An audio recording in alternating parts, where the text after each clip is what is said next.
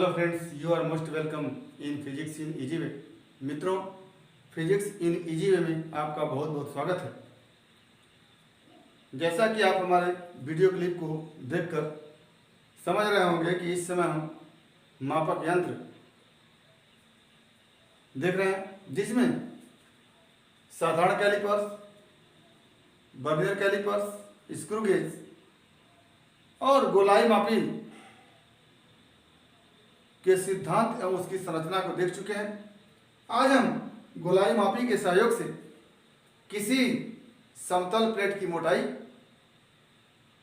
एवं किसी गोलीय भाग की वक्रता त्रिज्या कैसे निकालते हैं उसको देखेंगे। तो इसको निकालने के लिए सबसे पहले हम क्या करते हैं कि गोलाई मापी के तीनों टांगों को कांच के प्लेट पर रख देते हैं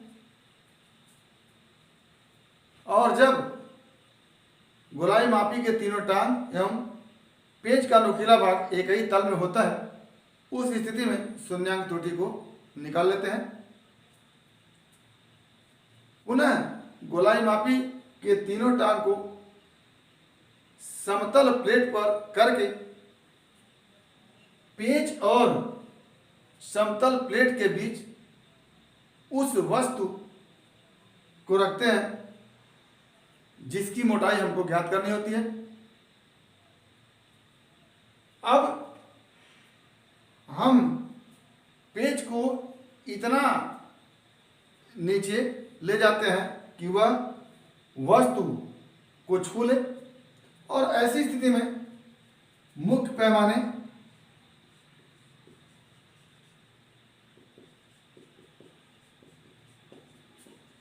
का वह खाना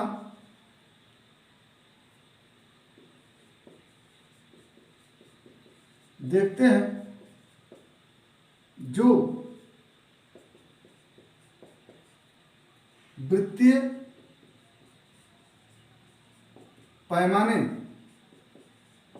के नीचे होता है। यदि मुख्य पैमाना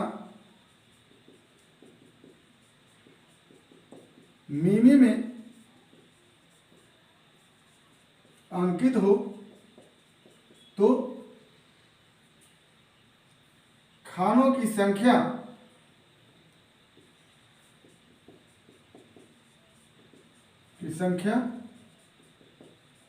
मुख्य पैमाने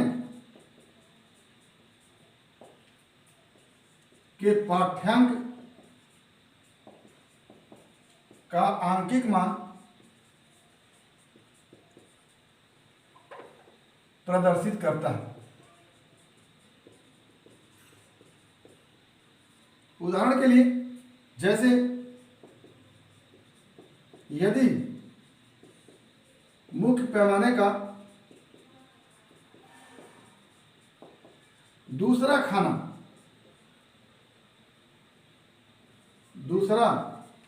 खाना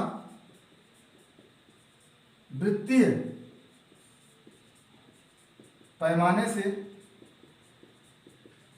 नीचे है और मुख्य पैमाना मिमी में अंकित है, तो मुख्य पैमाने का पाठ्यांक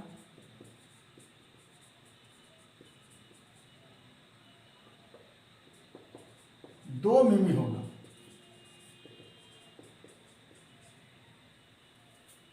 अब वृत्तीय पैमाने के उस खाने को देखते हैं जो मुख्य पैमाने के सीध में हो।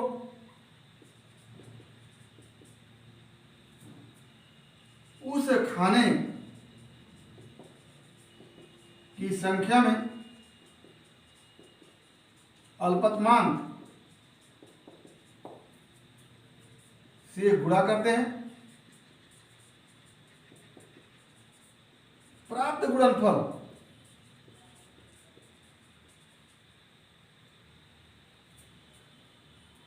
वृत्तीय पैमाने का पाठ्यांक होता है।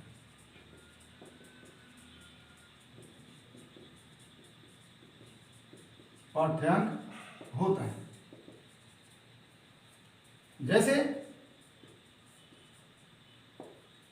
यदि 25वां खाना मुख्य पैमाने के सीध में है तो वृत्तीय पैमाने का पाठ्यांक बराबर 25 मल्टीप्लाई अल्पतमांक बराबर 25 इंटू 1/100। यहाँ 1 क्या है? चूड़ी अंतराल, और 100 क्या है? वृत्तीय पैमाने पर बने खानों की संख्या। और यहाँ से आ जाता है डेसिमल 25 मिमी। ये हो गया वृत्तीय पैमाने का पाठ्यांक। अब हमारे पास मुख्य पैमाने का पाठ्यांक 2 मिमी है और वृत्तीय पैमाने का पाठ्यांक डेसिमल 25 मिमी है। तो आभासी मोटाई जो होगी वो हो जाएगी मुख्य पैमाने का पाठ्यांक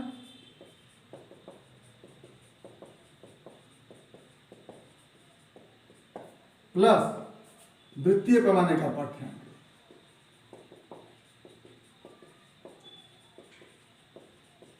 बराबर क्या हो जाएगा? 2 मिमी प्लस 0.25 मिमी, ये हो जाएगा 2.25 मिमी। ये हमारा आंसर बन के आएगा। तो इस तरह से हम किसी प्लेट की मोटाई को नाप सकते हैं। फिर से अगर देखें तो सबसे पहले हम कांच की प्लेट पर गोलाई मापी के तीनों टांगों को रखकर एक तल में कर लेते हैं। पुनः पेच को इतना घुमाते हैं कि वह कांच की प्लेट को छू ले। ऐसी स्थिति में हम शून्यांक त्रुटि को ज्ञात कर लेते हैं, जैसा कि हम पिछले वीडियो क्लिप में बता चुके हैं। शून्यांक त्रुटि को हमने निकाल लिया। पुनः पेच को घुमाकर ऊपर करते हैं और पेच तथा पेच के नुकीले सिरे तथा प्लेट के बीच में हम उस वस्तु को रखते हैं जिसकी मोटाई हमको ज्ञात करनी होती है। पेच को इतना घुमाते हैं कि वह जाकर के उस प्लेट को छू ले जिसकी हमको मोटाई ज्ञात करनी है। इसके पश्चात हम मुख्य पैमाने के उस खाने को देखते हैं जो वृत्तीय पैमाने के ठीक नीचे होता है। उस खानों की संख्या को नोट कर लेते हैं और यदि मुख्य पैमाना मिमी में हो तो मुख्य पैमाने का पाठ्यांक उतना मिमी हो जाता है जितना कि खानों की संख्या है वहां पर। जैसे अगर मुख्य पैमाने का दूसरा खाना वृत्तीय पैमाने के ठीक नीचे हो और मुख्य पैमाना मिमी में अंकित हो तो मुख्य पैमाने का पाठ्यांक 2 मिमी हो जाएगा। अब वृत्तीय पैमाने के उस खाने को देखते हैं जो मुख्य पैमाने के सीध में होता है। मान लेते हैं वो 25वां खाना है जो मुख्य पैमाने के सीध में है, तो उस 25वें खाने में अल्पतमांक से गुणा कर देते हैं। अल्पतमांक निकालने के लिए जैसा कि हमने बताया था कि पेच का चूड़ी अंतराल बटे वृत्तीय पैमाने पर बने खानों की संख्या, तो 25 मल्टीप्लाई 1 चूड़ी अंतराल 1 मिमी अपान 100 वृत्तीय पैमाने पर बने खानों की संख्या, तो बन क्या जाता है डेसिमल 25 mm। ये जो है वृत्तीय पैमाने का पाठ्यांक है। तो मुख्य पैमाने के पाठ्यांक में वृत्तीय पैमाने के पाठ्यांक को अगर हम ऐड कर लें तो हमको आभासी मोटाई मिल के आ जाती है। आगे वास्तविक मोटाई निकालने के लिए इस आभासी मोटाई से शून्यांक त्रुटि को चिन्ह सहित घटा देते हैं और जो हमारा मान आता है वही प्लेट की वास्तविक मोटाई होती है। तो इस तरह से हम गोलाई मापी के सहयोग से प्लेट की वास्तविक मोटाई को निकाल लेते हैं। आगे हम एक गोलीय वस्तु की वक्रता त्रिज्या को निकालना है। तो गोलीय वस्तु की वक्रता त्रिज्या, तो उसमें भी हम सबसे पहले गोलाई मापी के तीनों टांग और पेंच का नुकीला सिरा एक तल में कर लेते हैं और गोलाई मापी के वृत्तीय पैमाने का पाठ्यांक निकाल करके उसको रख लेते हैं अलग से। आगे पुनः गोलाई मापी के तीनों टांग को गोलीय वस्तु के पृष्ठ पर रखते हैं और जो पेंच होता है उसको इतना घुमाते हैं कि गोलीय वस्तु के मध्य बिंदु पर आ जाए। जैसे अगर ये गोलीय वस्तु ये है इस तरह से, तो तीनों टांग इस तरह से रख दिया गया और पेंच को एकदम बीचों बीच इस तरह से रख देते हैं।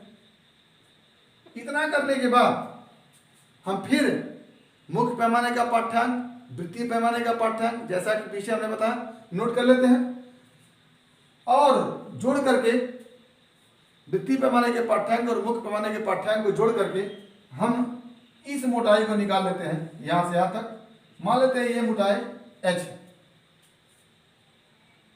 अब ये हमारा h मिल करके आ गया है। आगे हम किसी कागज पे या किसी गत्ते पे हम गोलाई मापी के तीनों टांगों को रख के तीनों टांगों के निशान को ले लेते हैं। जैसे इस तरह से रखें तो गत्ते पर या कागज के टुकड़े पर तीनों टांगों का निशान मिल जाता है। इन तीनों टांगों को मिला करके हम मिला करके जैसा कि हम जानते हैं समबाहु त्रिभुज बन जाता है। अब इस समबाहु त्रिभुज के तीनों भुजाओं को ऐड करके 3 से भाग दे करके हम गोलाई मापी के किन्हीं दो टांगों के बीच की दूरी को निकाल लेते हैं। ये एक तरह से समबाहु त्रिभुज के एक भुजा की लंबाई हो जाती है। मान लेते हैं ये L है। तो ऐसी स्थिति में इस गोलाई मापी की जो त्रिज्या होती है वो R इक्वल टू हो जाती है, R इक्वल टू हो जाता है L square upon 6H plus H अपान 2। ये हमारा फार्मूला बन के आता है। तो इस तरह से हम सबसे पहले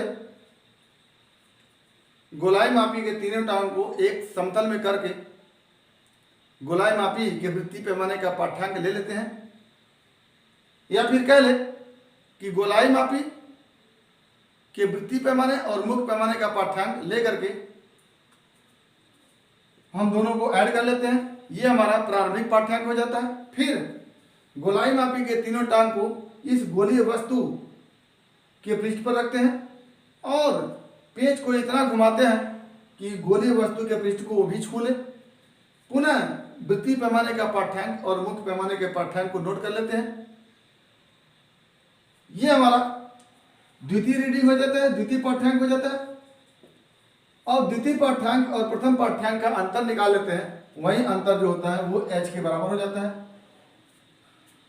h का मान निकल जाने के बाद हम गोलाई मापी के तीनों टांगों को किसी गत्ते पर या किसी प्लेन कागज पर रखकर तीनों टांगों के निशान को चिन्हित कर लेते हैं।